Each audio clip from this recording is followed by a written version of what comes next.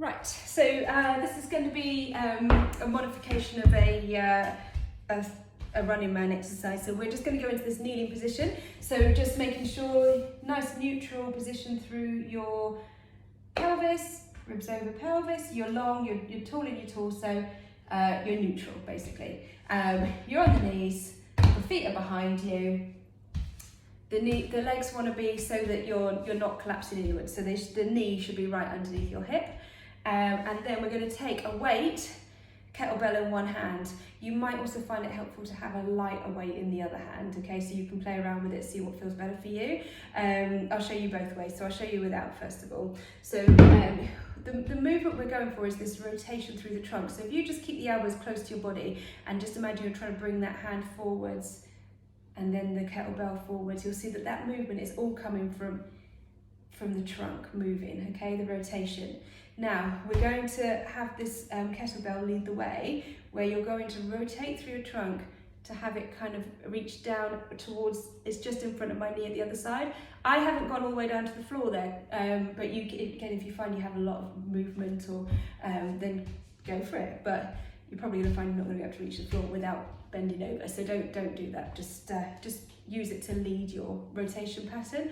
So as you go through with this arm, the other arm is going to be rotating back behind you. Okay, but can you see it doesn't change its position? The elbow doesn't change its position in relation to my trunk at all. Okay, it's always in that alignment. What you tend to find when things go wrong is that the arm swings and the trunk's not moving. Can you see the difference? This is the arm, this is the trunk. Okay, it feels more powerful when the trunk's moving. Okay, so reaching round, drawing back, reaching round, drawing back. Okay, so this is your movement, and then if you wanted to do it, sometimes it feels quite nice to have a very light weight in the other hand, so it's lighter than this one, so that when you pull back it does still feel like you're pulling back against something, which sometimes helps to make that movement pattern a little bit easier. And we're trying to stay stable through the rest of the body. We're staying tall through our torso, and we're just focusing on getting that lovely rotation.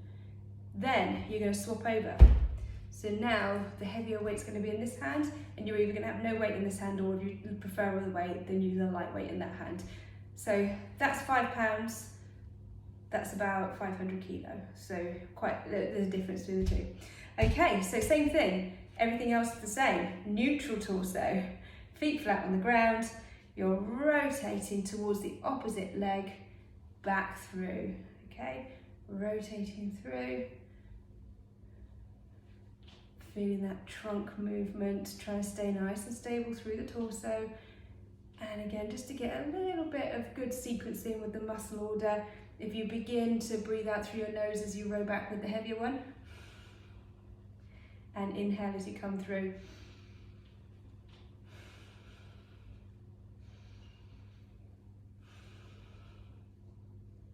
Okay, I think that sort of explains that exercise. Have fun.